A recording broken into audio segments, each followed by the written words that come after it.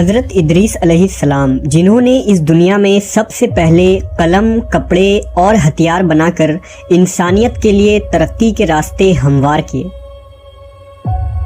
لیکن آپ پر جو صحیفہ نازل ہوا اسے بائبل سے الگ کیوں کر دیا گیا؟ دا بک آف اینوک ایک ایسا صحیفہ جو شاید دنیا کی سب سے پر اسرار کتابوں میں ایک ہے، کیونکہ اس کتاب میں اس کائنات کی پیدائش، حضرت آدم علیہ السلام کے زمانے کے پر اسرار کہانیاں اور ایسے راز لکھے ہیں جو شاید ہمارے پڑھے گئے تاریخ سے میل نہیں کھاتے۔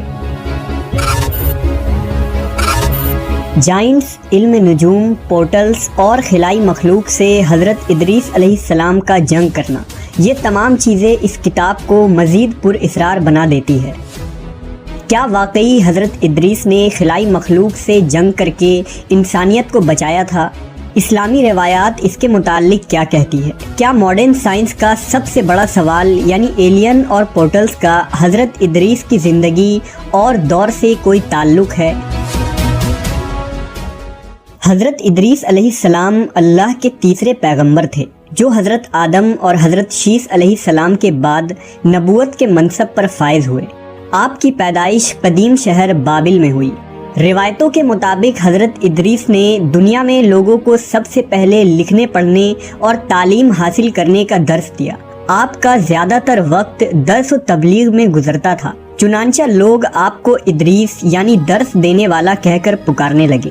آپ علیہ السلام حضرت شیس کے 5ویں نسل سے تعلق رکھتے تھے۔ مورخین کے مطابق حضرت ادریس حضرت آدم کے 500 سال بعد اور حضرت نوح علیہ السلام سے 1000 سال پہلے پیدا ہوئے۔ حضرت آدم علیہ السلام کے بیٹے حضرت شیس کا انتقال ہوا تو کچھ عرصے بعد ان کے پیروکار بہت کم تعداد میں باقی رہ گئے۔ قابیل کی اولاد نے کفر و شرک، بدکاری و بے حیائی کا بازار گرم کر رکھا تھا۔ زناکاری اور شراب نوشی عام تھی۔ ہر طرف بتوں کی پوجا اور آگ کی پرستش ہو رہی تھی، لہذا بنی آدم کی ہدایت و رہنمائی کے لیے اللہ نے حضرت ادریس کا انتخاب کیا۔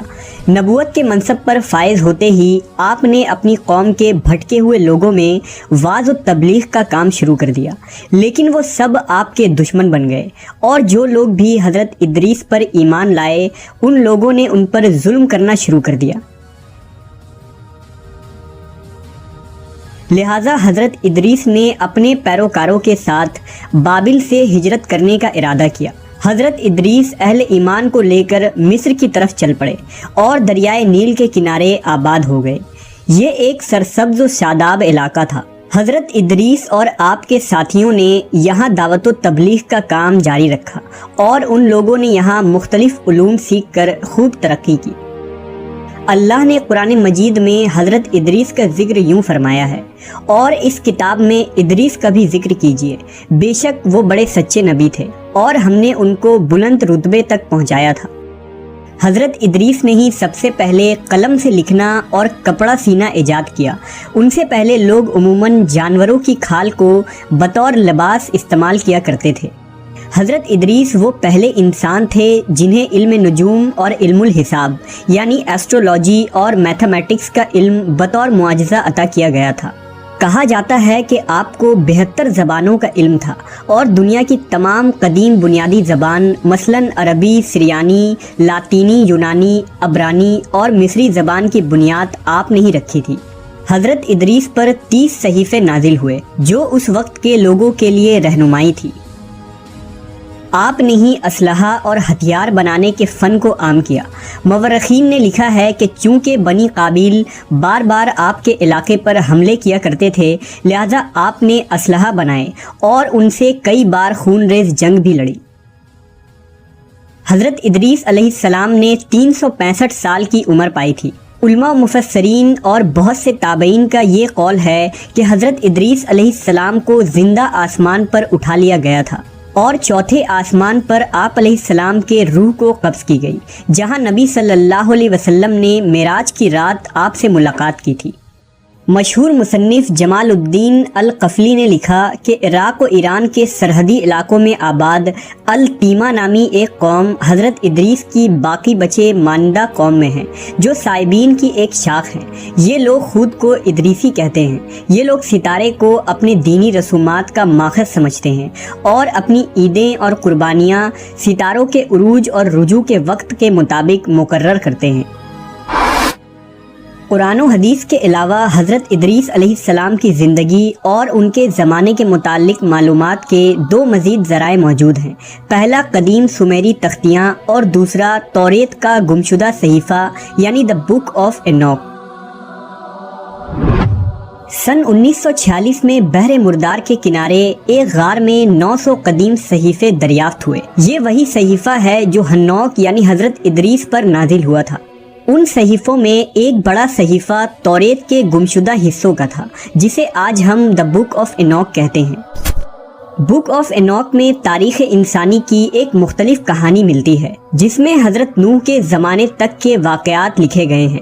اس صحیفے میں ایک خاص قسم کے مخلوق کا ذکر ہے جسے دا واچرز کہا گیا ہے۔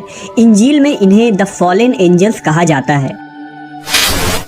اس صحیفے کے مطابق حضرت ادریس علیہ السلام کے زمانے میں جیسے جیسے اس زمین پر انسانوں کی آبادی بڑھنے لگی تو زمین کی کچھ چیزیں آسمان کے فرشتوں کی نظر میں آنے لگی۔ ان فرشتوں کو بنی آدم کی خوبصورت عورتیں بہت پسند آئیں۔ وہ لمبی بالوں والی عورتوں کے فرشتہ تھے، لہذا سینکڑوں فرشتے آسمانی راستے سے زمین پر آ گئے۔ انہوں نے ان خوبصورت عورتوں سے زنا کیا اور شادیاں بھی کی۔ اس دوران ان فرشتوں نے انسانوں کو علم نجوم اور ستاروں کا علم سکھایا۔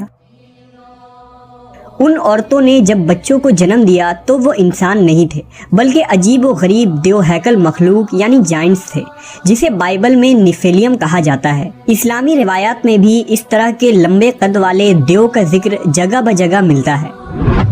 بک آف اینوک کے مطابق وہ فرشتے زمین پر اپنی حکومت قائم کرنا چاہتے تھے اور انسانوں کو اپنے تابع کرنے کی خواہش رکھتے تھے۔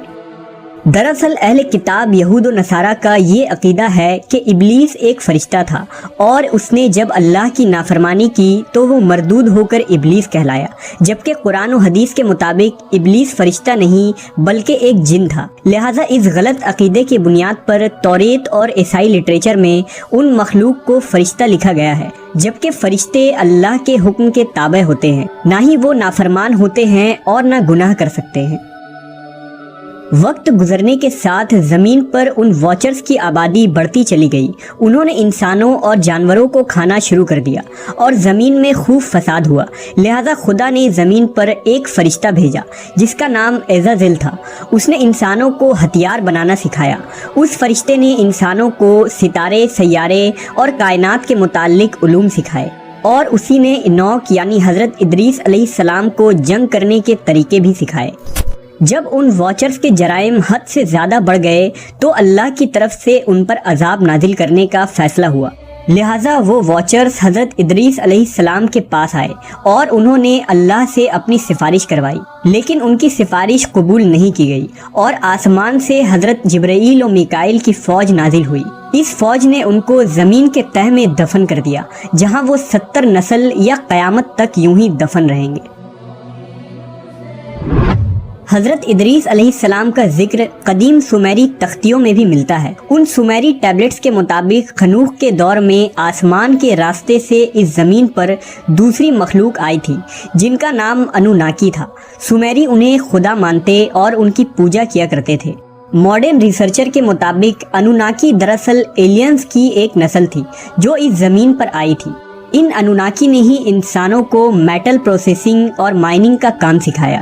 اس کے علاوہ ایسٹرونومی، سائنس، میتھمیٹکس، کاسمیٹک کا استعمال اور ہتھیار بنانا بھی سکھایا، جس کی وجہ سے انسانی تہذیب پروان چڑھی۔ اسرائیلی روایات، صحیفہ اینوک اور سومیرین ٹیبلٹس کے ساتھ اگر اسلامی روایات کو جوڑا جائے تو حضرت ادریس علیہ السلام کے دور کا ایک ایسا خاکہ بنتا ہے جس سے دوسرے سیارے پر خلائی مخلوقات کی موجودگی اور پورٹلز کی موجودگی ثابت ہوتی ہے۔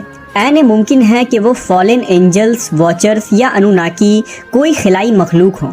جو دوسرے پلانٹ سے ہمارے زمین پر حملہ آور ہوئے ہوں اور جن سے حضرت ادریس علیہ السلام نے جنگ کیا اور انسانی تہذیب کو بچایا۔ کیا جدید سائنس جس پورٹلز اور ایلین کی تھیوریز پیش کرتی ہیں، یہ تمام چیزیں حضرت ادریس کے دور کی ٹیکنالوجی تھی؟ قرآن و حدیث کی جدید سائنسی تعبیر کیا نئے رازوں سے پردہ فاش کرنے والی ہے؟